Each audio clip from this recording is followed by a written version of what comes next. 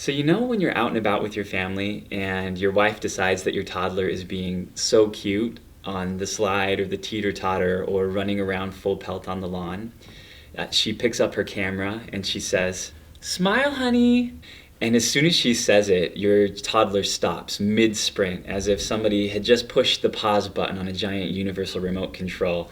And he or she turns to the camera, smiles radiantly while mom snaps a few photos, and then drops the smile like a bad habit. And then that same mysterious somebody pushes the play button again on that remote control, and zoom, zoom, your kid is off teetering and tottering or running around on the lawn with their little friends again. Oh, what? You've never experienced this phenomenon? Then you are obviously not married to a scrapbooker. Hi, I'm David, and I am.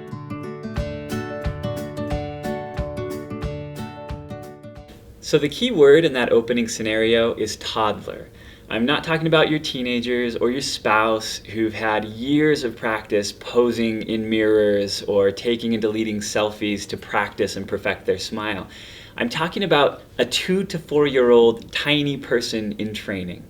I remember when our oldest girls, our twins, first started doing the whole stop, pose, and smile routine. I thought to myself, "You're natural-born smilers, yes you are." Then our next little girl, Riley, was born, and sure enough, within a couple of years, she was smiling brightly on command.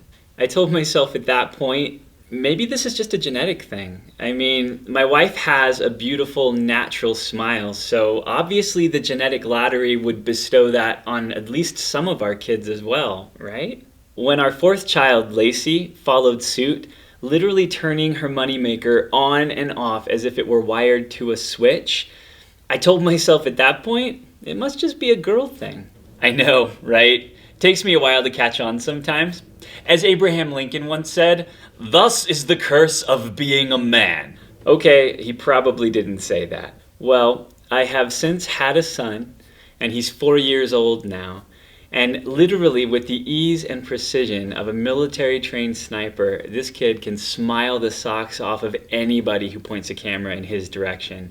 And he's been doing it for years now. I can now state with complete certainty, after years of careful observation with a diverse group of Munchkin-like test subjects, that little poser syndrome is the result of nurture, not nature. My tots, at least, have been thoroughly conditioned by their scrapbooking mother. I know I sound a little bit bitter about all of this, but in reality, I actually have come to appreciate this phenomenon for several reasons. First, my kids look back through their personal histories, which my wife has lovingly preserved in the scrapbooks that she's created for them, with fondness and confidence. They pull them down eagerly from the shelves, they'll share them with their friends, and when they look into those books and they see their younger smiling selves, it makes them smile all over again. Secondly, several research studies conducted over the years have proven that smiling leads to a response of emotional happiness and a decrease in stress.